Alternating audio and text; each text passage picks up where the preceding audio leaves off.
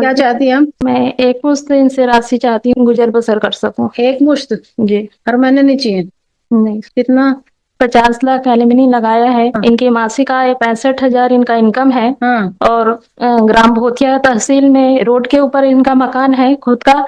उसमें state bank और ATM संचालित होता है, जिनकी मासिक आय इनको किराया 60,000 मिलता है। कुल मिला के इनकी मासिक इनकम 2.25 लाख है। 65,000 सैलरी आपने लिखी है, उसका भी 25% देना पड़ेगा। 10,000 तो बहुत कम है। मैं तो 48 हूँ मैडम, मैं तो रखना ही चाहता था, मैं डाइवोर्स तो चाहता ही नहीं था। अब मेरे पास कोई ऑप्शन ही नहीं मिला तो मैं क्या करता। Wife is against the decree of divorce. Wife क्यों फाइल की है बताइए ना। महिला इनहेंसमेंट के लिए जो 6 you are not affected by the divorce. No divorce में आपको आपत्ति नहीं है। नो क्या करती हैं आप? जी सर, कुछ नहीं कर। तो डाइवोर्स से आपत्ति नहीं है आपको, सिर्फ अनाउंसमेंट के लिए लगाया? जी क्या है आपकी वो, क्या चाहती हैं हम? सर, मैं एक मुश्त इनसे राशि चाहती हूँ, जाके गुजर बसर कर सकूं। एक मुश्त जी हर महीने नहीं चाहिए? नहीं, कहाँ रहती है अभी? मदर पेरेंट्स शक्ति के साथ? शक्ति में रहती, हाँ, नहीं, किसके साथ रहती है अभी? माता पिता के साथ रहती। तो एक मुश्त चाहती हैं आप? जी कितना? मैडम, मैंने 50 लाख एलिमनी लगाया है। हाँ। इनकी मासिक आय 65,000 इनका इनकम है। हाँ। और ग्राम भूतिया तहसील में रोड के ऊपर इनका मकान है खुद का। उसमें स्टेट बैंक और एटीएम संचालित होता है, जिनकी मासिक आय इनको किराया 60,000 मिलता है। और इसके घर में सीएससी सेंटर और किराए का दुकान भी है मैडम। और 20 कमरे का इनका मकान है, जिसमें 4 कमरे को इन्होंने बैंक कर्मचारी को रेंट पे दिया है।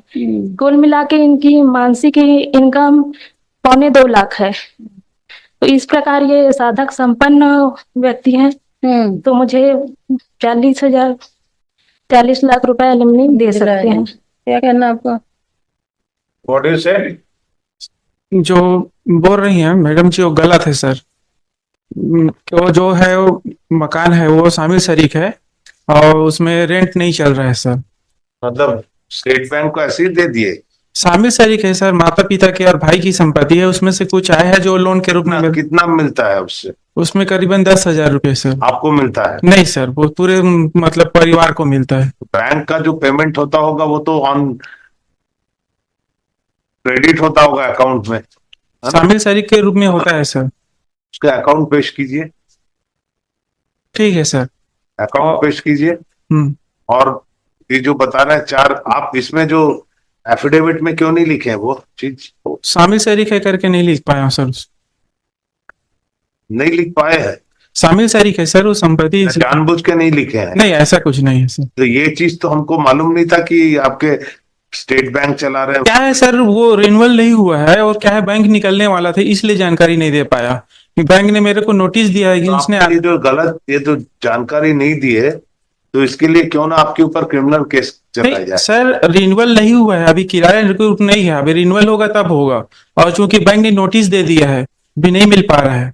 चूंकि मैडम ने आरोप लगाया था कि इनको किराया मिलता है, तो इस पति पत्नी के विवाद के कारण डिस्प्यूट संपत्ति है, तो हम क्यों नहीं रहना चाहते करके, इसलिए मैं शामिल नहीं किया सर। और एटीएम चला गया है सर, एटीएम ने मेरे को नोटिस दे दिया है कि आप इस तरह से है तो नहीं रहेंगे। आपको 6 नंबर पढ़ा आपने, अन्य स्रोत किराया शेयर। किराया में तो आपको बताना था इतना किराया कुछ तो मिलता है, आप नहीं लिख दिया उसको। संपत्ति का विवरण, स्वयं की संपत्ति, पक्षकारों की संयुक्त रूप से संपत्ति, सब में नहीं लिख दिया। तो ऐसी चालाकी कोर्ट में नहीं होती। नहीं, नोटिस मिला इसलिए मैं नहीं दिया मैम, उसके लिए मैं क्षमा चाहता हूँ। 65,000 सैलरी आपने लिखी है, उसका भी 25% देना पड़ेगा। 10,000 तो बहुत कम है। मैं मैडम को तो मैं रखने चाहता हूँ सर, और मैं रखने के लिए हर संभव प्रयास किया। धारा 9 भी लगाया, 97, 98 लगाया, और 125 इनका खारिज भी हो चुका है ना आपको। मैं तो 48 हूँ मैडम, मैं तो रखना ही चाहता था, मैं डाइवोर्स तो चाहता ही नहीं था। अब मेरे पास कोई ऑप्शन ही नहीं मिला तो मैं क्या करता, और रहना ही नहीं चाहती। अभी भी आ जाए तो कोई। स्टेट बैंक से जो है उसका कितना अमाउंट है वो उसको both the parties after interaction with both the parties and after